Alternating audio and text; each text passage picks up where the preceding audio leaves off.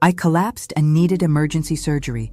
My son and his wife ignored all my calls from the hospital.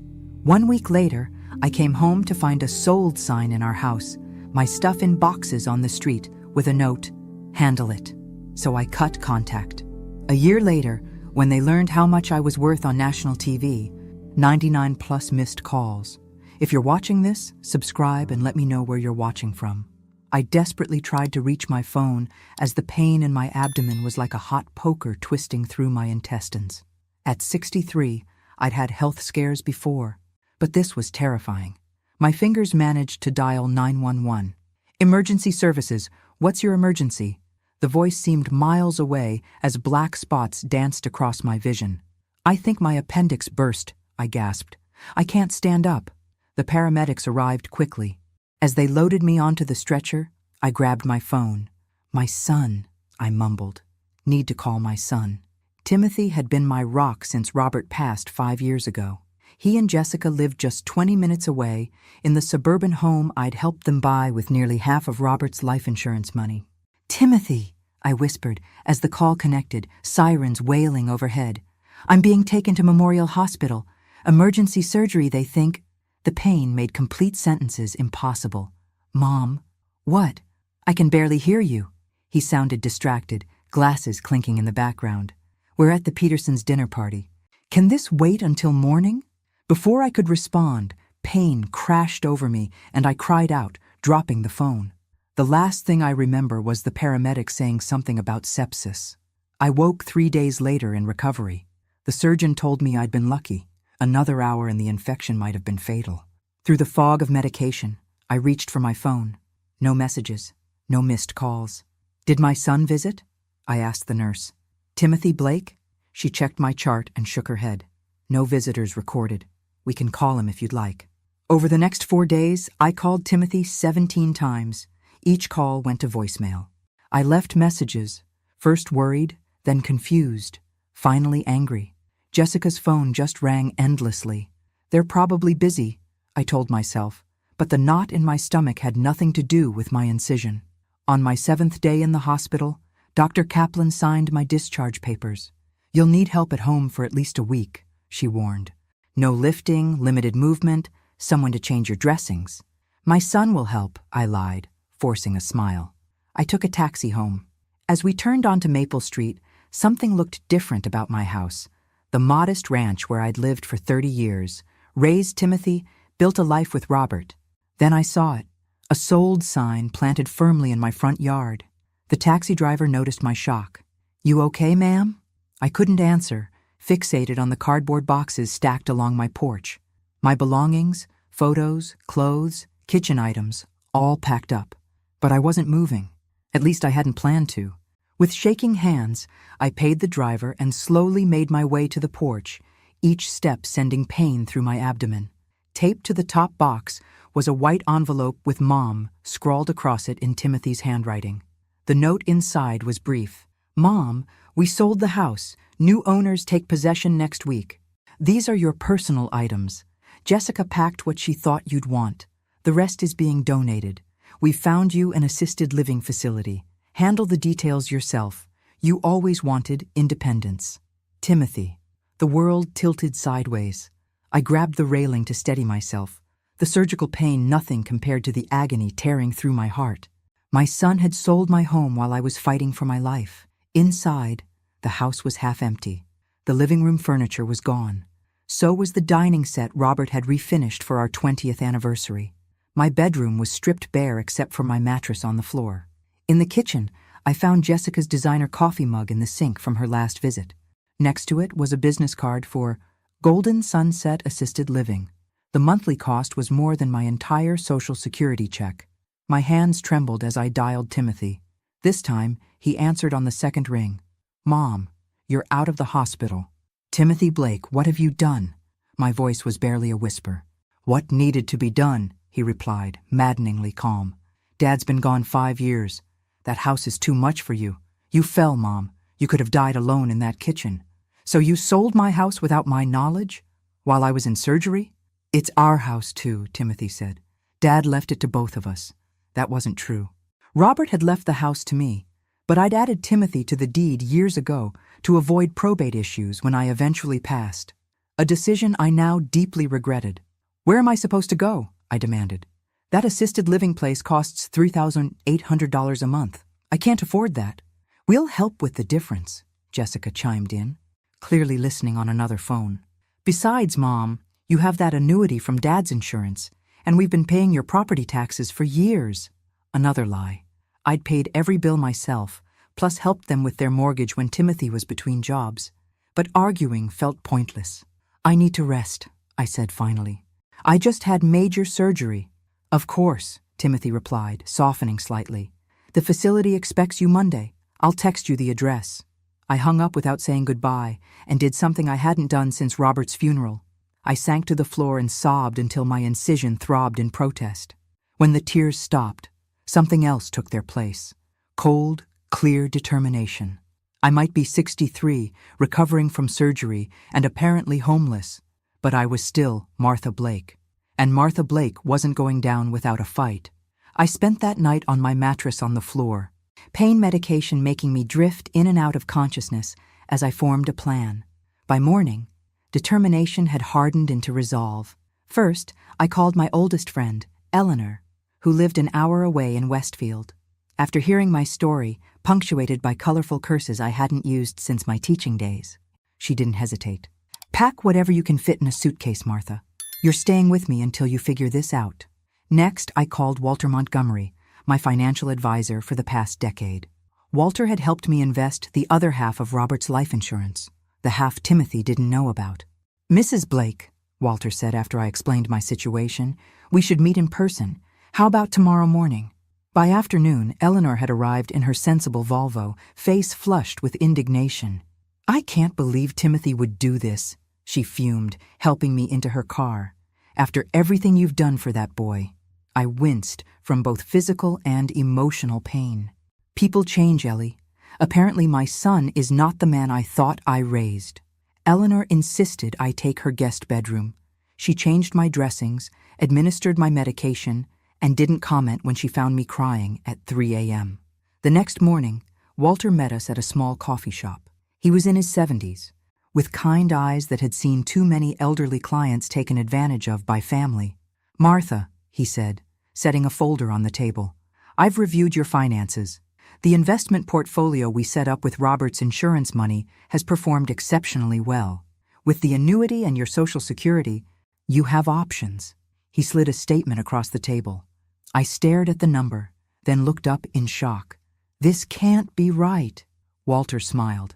"It's right.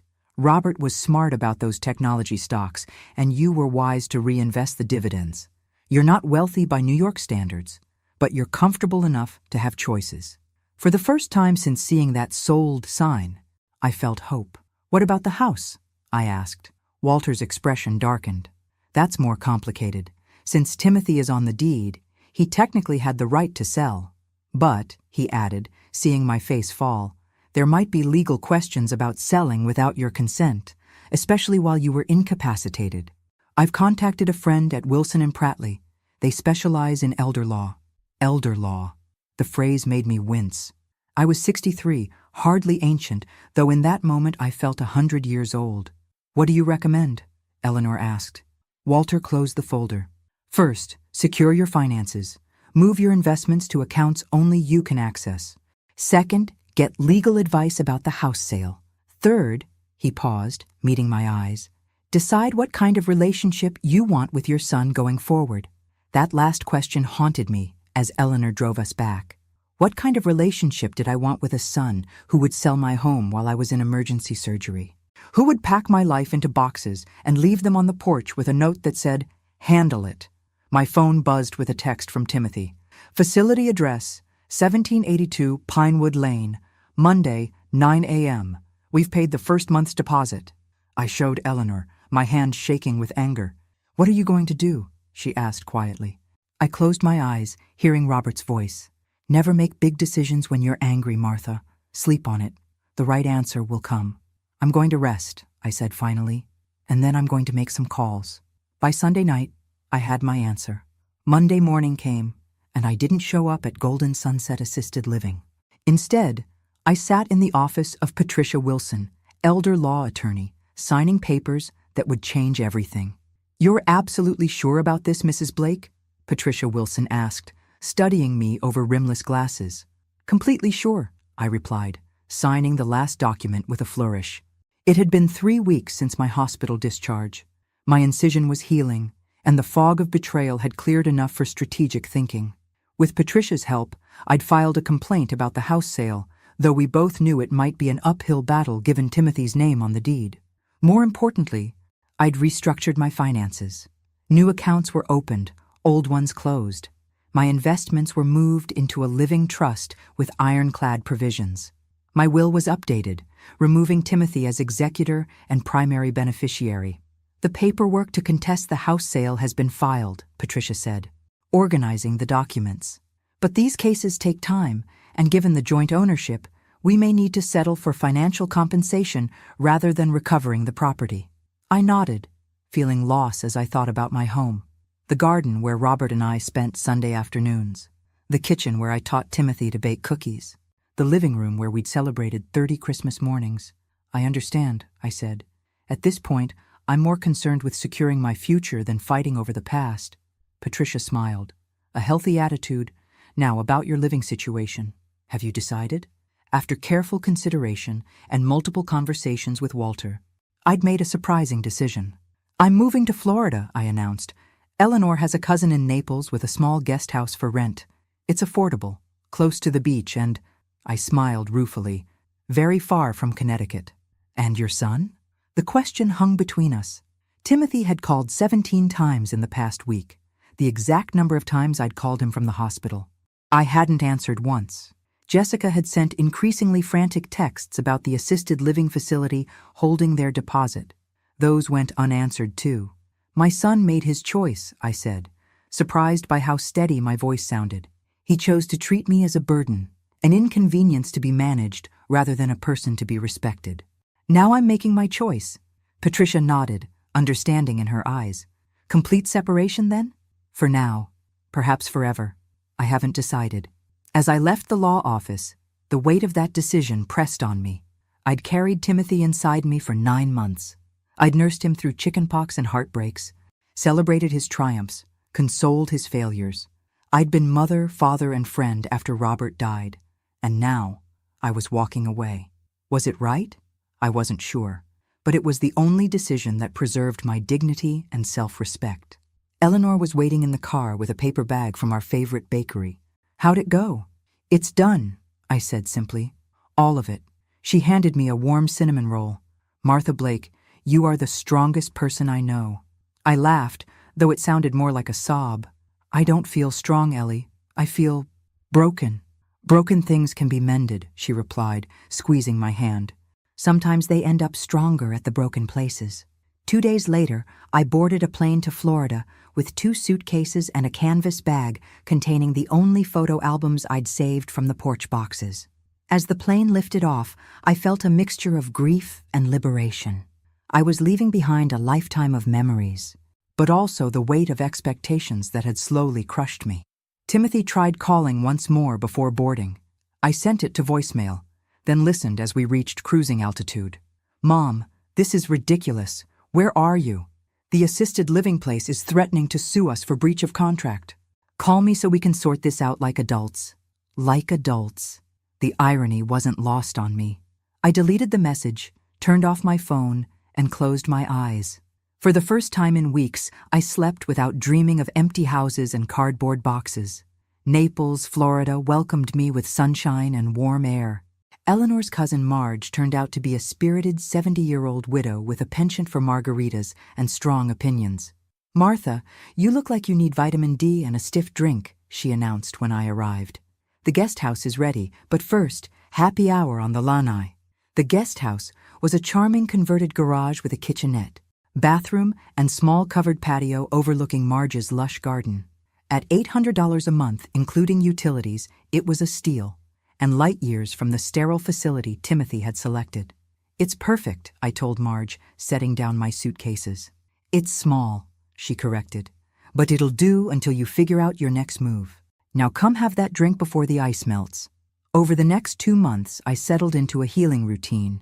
Mornings began with coffee on my patio, watching lizards skitter across the garden wall. 3 times weekly, I joined Marge for water aerobics at the community pool. Gentle exercise that strengthened my core without straining my tender abdomen. Afternoons, I explored my surroundings, local museums, historic downtown, the public beach with its spectacular sunsets. Sometimes Marge joined me. Other times, I ventured alone, savoring the anonymity of being just another silver-haired lady in a place full of retirees. I made friends slowly but steadily. Marge's book club welcomed me. The barista at the coffee shop learned my order. The librarian set aside mystery novels she thought I'd enjoy. Through it all, I maintained silence with Timothy.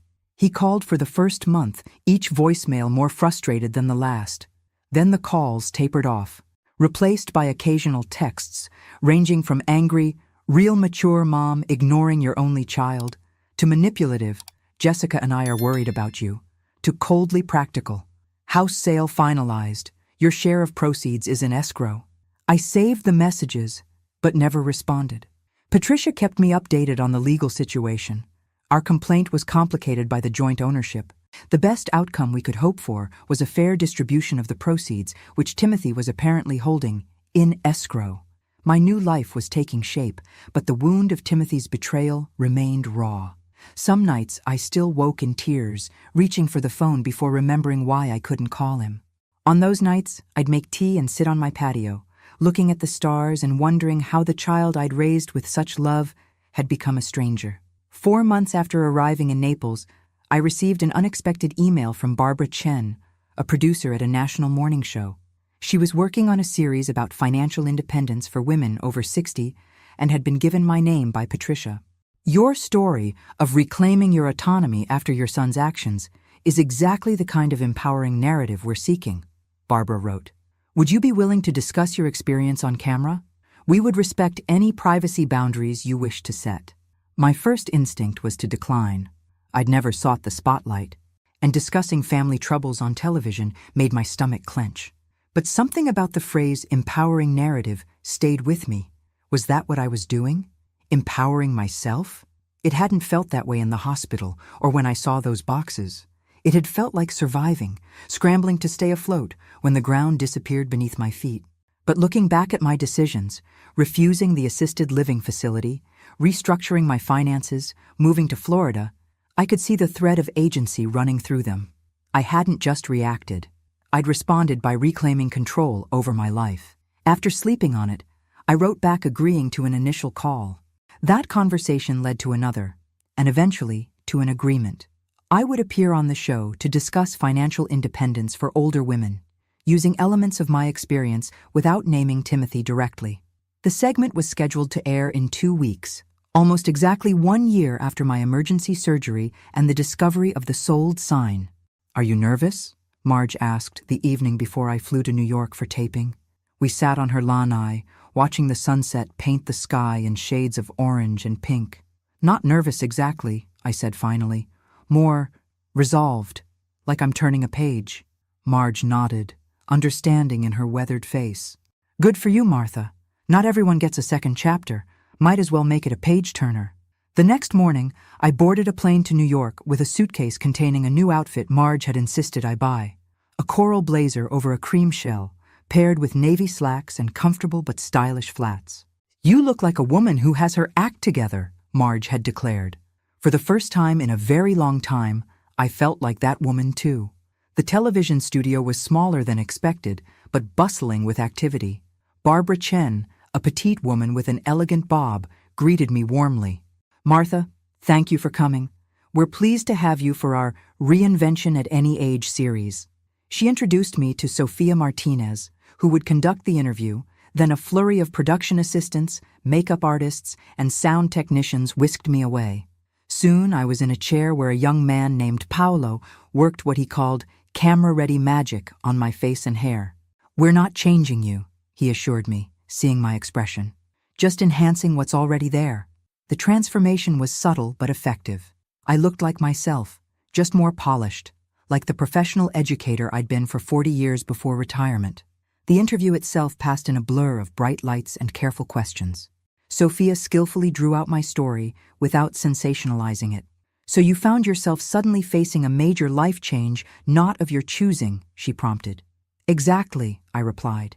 "After my surgery, I discovered that my living situation had been altered without my input. It was devastating at first, but ultimately forced me to reevaluate everything." "Including your financial independence?" "Especially that," I nodded. Like many women my age, I'd been somewhat passive about financial matters. My husband handled our investments, and after he passed, I continued with the same approach. The crisis pushed me to educate myself, to take control of my finances rather than just maintaining the status quo. We discussed the steps I'd taken, meeting with advisors and attorneys, restructuring investments, creating a sustainable budget for my new Florida life. Throughout, I emphasized the message Barbara and I had agreed was most important. It's never too late to take control of your financial future. "And your relationship with your son?" Sophia asked gently. "Has that been repaired?" I'd been prepared for the question, but it still sent a pang through my heart. "That's a work in progress," I said carefully. "What I've learned is that healthy relationships require mutual respect. Sometimes establishing boundaries is the most loving thing you can do, both for yourself and the other person, even when that person is family. Especially then," I said. "Love shouldn't require sacrificing your dignity or security." Sophia nodded, then turned to the camera for her closing remarks. Martha Blake's story exemplifies how women are reclaiming their power at every stage of life. After a health crisis led to an unexpected housing change, Martha rebuilt her living situation and transformed her relationship with money. Today, at 64, she's financially independent, with diversified investments generating approximately $68,000 in annual income, a figure that will increase as she approaches traditional retirement age. I froze. That number, my annual investment income, hadn't been part of our agreed-upon script. I'd shared it during preparation meetings, with the understanding it would remain private. "And perhaps most inspiring," Sophia continued, oblivious to my discomfort, "she's building a new community in Florida, proving it's never too late to start fresh.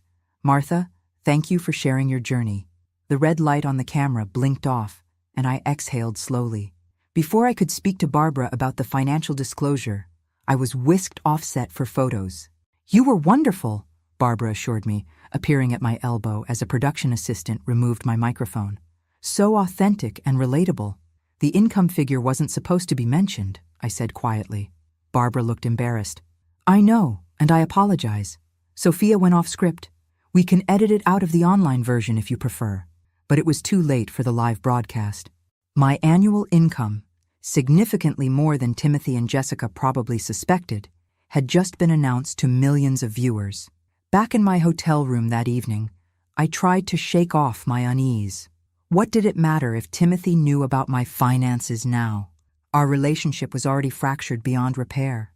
Yet I couldn't help wondering if he'd been watching, what he'd thought when he heard that figure. The answer came sooner than expected. As I packed for my return flight to Florida, my phone lit up with a text notification. Then another, and another. "Timothy. Mom, just saw you on Morning America. Call me. Timothy. We need to talk. ASAP. Timothy. Are you really making $68K from investments? Where did that money come from?" I set the phone down without replying, my hands suddenly shaky. For nearly a year, I'd maintained my silence, gradually building a life that didn't include my only child. Now, with one unscripted television moment, that careful distance was threatened. The phone buzzed again and again. By the time I finished packing, there were 17 text messages and 9 missed calls, all from Timothy. The irony wasn't lost on me. As my Uber approached the airport, a final text came through. "Timothy. Mom, I know you're getting these messages. Jessica and I have been worried sick. We made a mistake with the house, we see that now. Please call us so we can make things right. We miss you." Miss me? Or miss access to my previously unknown income? The cynical thought appeared unbidden, hardening my resolve. I boarded my flight back to Florida without responding, wondering if I ever would. I'd been back in Naples for 3 days when my phone finally stopped its constant buzzing. 99 missed calls, and over 60 text messages, all from Timothy and Jessica. I hadn't answered a single one. "You'll have to deal with this eventually," Marge pointed